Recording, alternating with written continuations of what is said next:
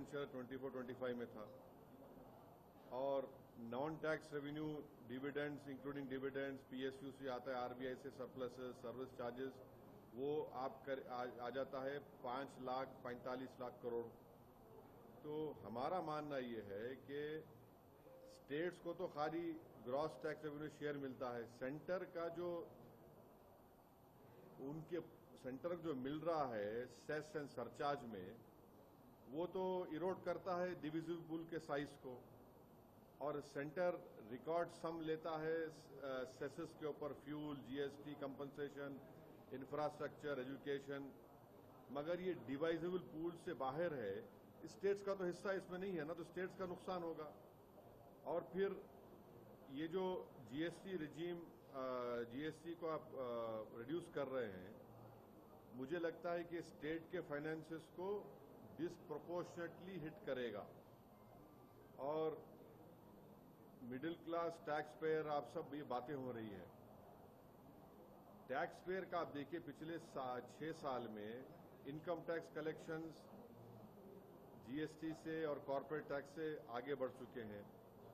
आप budget documents project करते हैं पर्सनल इनकम टैक्स रिसीप्ट्स को 14,35,00,000 करोड़ के करीब, माने 21% जंप हो रहा है पिछले साल से। कॉर्पोरेट टैक्स आप देखिए सिर्फ 10,80,00,000 करोड़ के करीब हो रहा है। ये क्यों? तो जो शेयर है इंडिविजुअल टैक्सेस में टोटल रेवेन्यू का, वो बहुत ज्यादा स्टीपली क्लाइंब हुआ है। अब आप रेस गवर्नमेंट इनकम टैक्स राइज हो रहा है 23% से टोटल टैक्स रेवेन्यू को फाइनेंशियल 18-19 में 34% में, बाई फाइनेंशियल 25 और 26 में।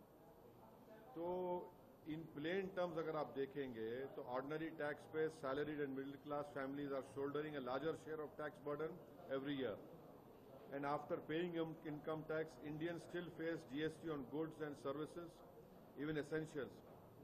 अब एग्जाम्पल ये है, देखिए इसमें अगर आप कोई गाड़ी लिए जिस रिफॉर्म से पहले, तो गाड़ी खरीदने वाले को, for example until this reform a car purchase incurred 28% of GST plus compensation cess up to 22%, meaning इसका मानी है कि buyers effectively paid nearly half the car's price as tax. Even with the rate cut, several cars will still face 40% GST. तो अब आप everyday groceries, medicine, household items remain in tax slab, so the tax income of citizens is taxed again at the point of spending. दूसरा यह है कि जो हम अभी अपना एक्सपर्ट से बात किए, उनका बोलना यह है कि जो 21 सितंबर से 18% होगा, तो उसका रिफंड प्रोविजन क्या होगा? वो इनको इनपुट टैक्स क्रेडिट में प्रोविजन नहीं है रिफंड का। अच्छा, सर्विसेज सेक्टर में आप 18 से 5% किए, मगर कोरियर आज भी 18% है। अब कोरियर तो आम आदमी इस्तेमाल करता है ना, तो उसको आप 5% में क्यों नहीं लेके आए? एसेंशियल सर्विसेज हैं, और दूसरा एजुकेशन को आपने कम किया। मगर ये बताइए, जो सर्विस प्रोवाइड एजुकेशन में, मिसाल के तौर पे एग्जाम्पल में, अगर कोई बस सर्विस दे रहा है लिख जाने के लिए, उसको आप 18% ला रहे हैं।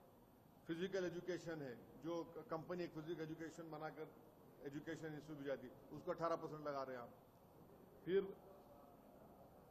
ये सब चीजें हैं जिससे हमको फिक्र है कि इससे स्टेट्स का, और खासतौर से स्टेट्स को बड़ी तकलीफ होने वाली है। सर, मिडिल क्लास को खास करके इससे राहत मिलेगी ऐसा? अरे अगर स्टेट्स पिट रहे हैं तो फिर कैसे होगा बताइए? उनको कंपनसेशन दीजिए ना फिर आप स्टेट्स को, या फिर स्टेट्स को आप सेस में लाइए, सेस भी दीजिए स्टेट्स को। आप सेस नहीं देते, आप सेस आप देकर तो गवर्नमेंट ऑफ इंडिया तो आप तो अपने आप को मोटा कर रहे हैं, मगर जो सेस और सरचार्जेस में स्टेट्स को हिस्सा आता ही नहीं है, स्टेट्स तो दुबले हो जा रहे हैं, तो फिर स्टेट्स क्या करेंगे फिर?